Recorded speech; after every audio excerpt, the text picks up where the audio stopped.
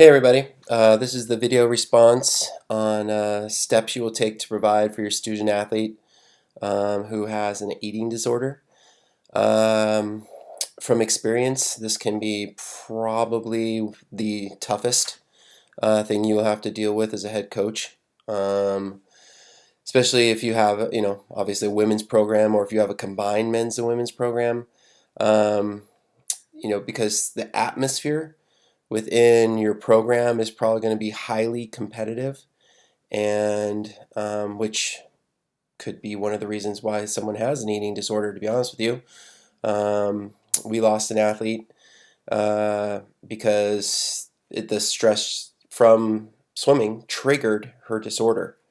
And so it was interesting, because the other thing you have to realize is that you have a doctor involved, and then you have a psychiatrist usually involved, and those two usually don't believe the same thing. As crazy as that's going to sound, um, they usually argue with each other, and then you have a counselor involved, and getting those three on the same page, who know probably nothing about your sport.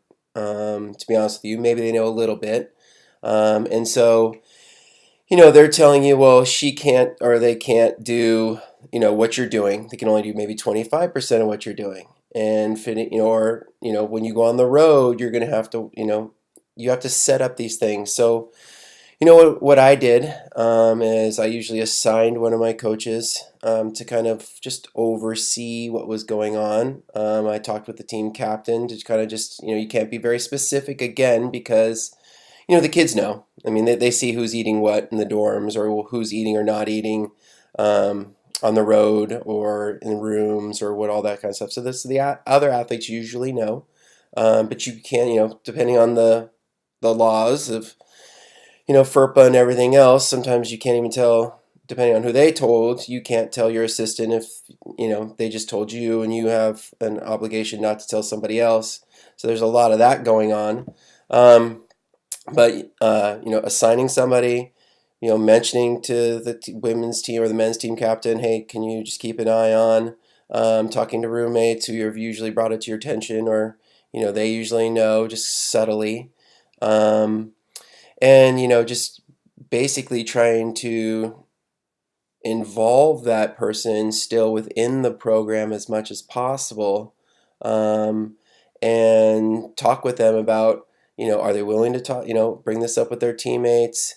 You have to be a huge buffer, because if they're not doing everything the other kids are doing, and there's no explanation of why they're not doing everything the other kids are doing, it creates tension. It creates tension within the program. And so you have to, that's something else you have to take into account, along with everything else that's going on. It is difficult. Like I said, we've had a few. To be honest, maybe one of four made it, through the senior year.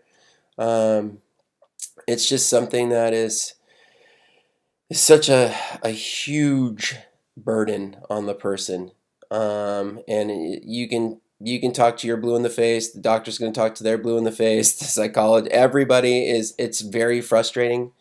You are going to have a tremendous amount of patience, and that's where your faiths and beliefs and values. You have to believe this person is really trying and doing the best that they can, and they have to value their life more than anything else, as you watch them go from 150 to 120, in a few months. So, quickly, usually. And it's, and that's something that, at first you think, wow, I'm getting in really good shape. Wow, it's really leaned out.